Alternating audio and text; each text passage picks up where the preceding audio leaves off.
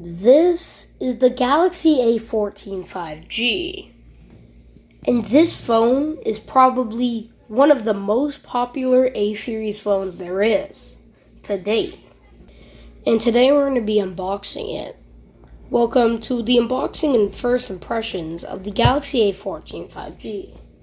First off, the box itself is now a new thin box. Now the Galaxy A13 had a box thin like this, but yeah. So it's a thin, sleek box, but it doesn't scream quality. It is more quality than one of the older boxes, but compared to a flagship device, it's really not comparable.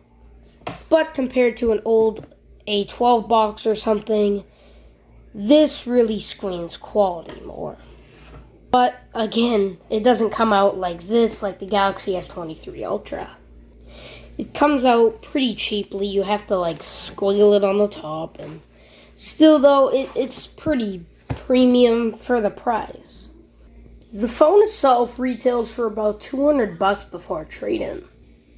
The phone itself is really worth $200, but you can get it for even cheaper from prepaid carriers, such as US Cellular. You can get this thing for $150 prepaid, and some carriers are actually giving this phone away for free, which is really cool.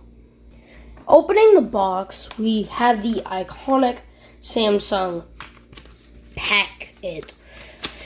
And if we open it, we get no brick this time around still, so we get our USB-C charging cable to Type-C, as you can see. And I like these cables, so I'm glad it at least comes with a cable. And we get our manuals and junk. And then we finally get our phone, and we also get a SIM ejector tool.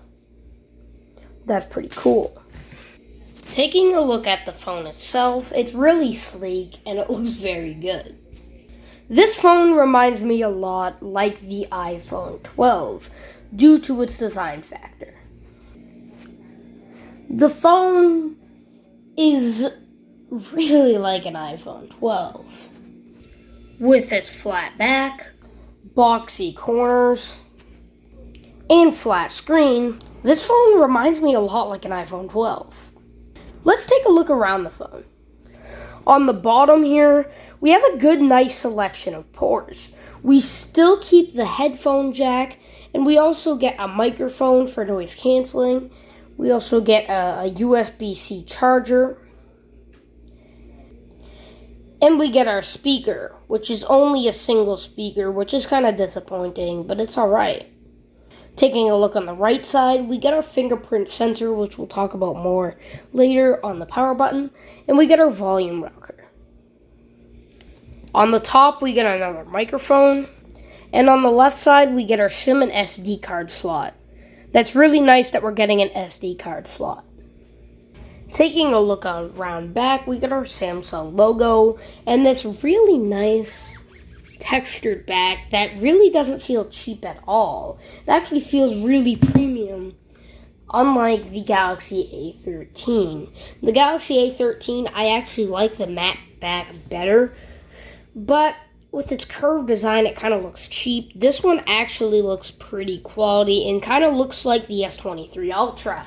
Not the Ultra, the regular S23, which is really nice, because you kind of feel like you're in a higher tier buying this phone.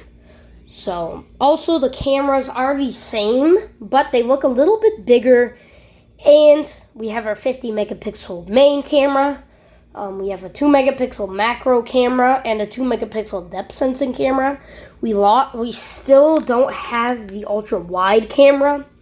I wish they could remove the depth sensing camera, because the image processing is so good now that you don't really need a depth sensing camera. Plus, I don't think a lot of people use portrait mode and stuff like that. So I wish they would add an ultra wide angle camera. But when we do the camera test, I'll show you that this camera is actually really good. And we also have I think a 12 megapixel on the front. I don't know, but yeah. Taking a look around front, we have this new beautiful screen. It is so much better than the Galaxy A13 screen. If I go ahead and I pull up the same video on both, you're going to see this screen is way better, because this is, I think, a 6.6 inch screen, just like the A13, but this one has way more things, because this one is an IPS LCD screen, but it's now 1080p instead of 720p, and you can definitely see it. From the home screen here, it kind of looks like an AMOLED. It's not as vibrant, or the blacks aren't as black as an AMOLED, but the 1080p quality looks so much better than the 720p quality. It might not show on camera, but it's a crazy difference. And also, the brightness goes way higher than the Samsung Galaxy A13 5G. Let me show a little comparison here. So we have full brightness on here and full brightness on here, and as you can see, the difference is just crazy. If we go in the settings,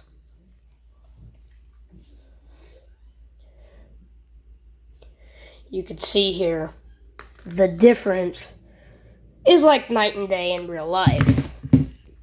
Taking a look at the camera app here, the camera really isn't that bad, because on the front here we do have the group selfie mode now, all new. Well, not all new basically, but yeah. So then we have photo here. Unfortunately, no ultra wide angle, but you could do 1x, 2x, all the way up to 10x. And up here, you can change it to the 50 megapixel option, which is really nice to have. We also have macro photography, so that's pretty cool.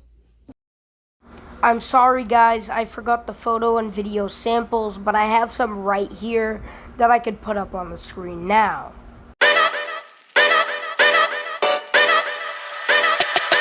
Yo!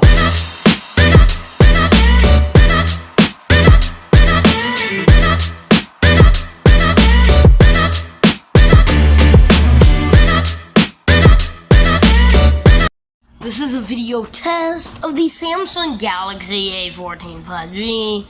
It only goes 1080p, but yeah. I'm editing right now. Fun. I can take a picture of the Galaxy A13 in macro photography. I like always turning the flash on macro, just because it makes it look very vibrant.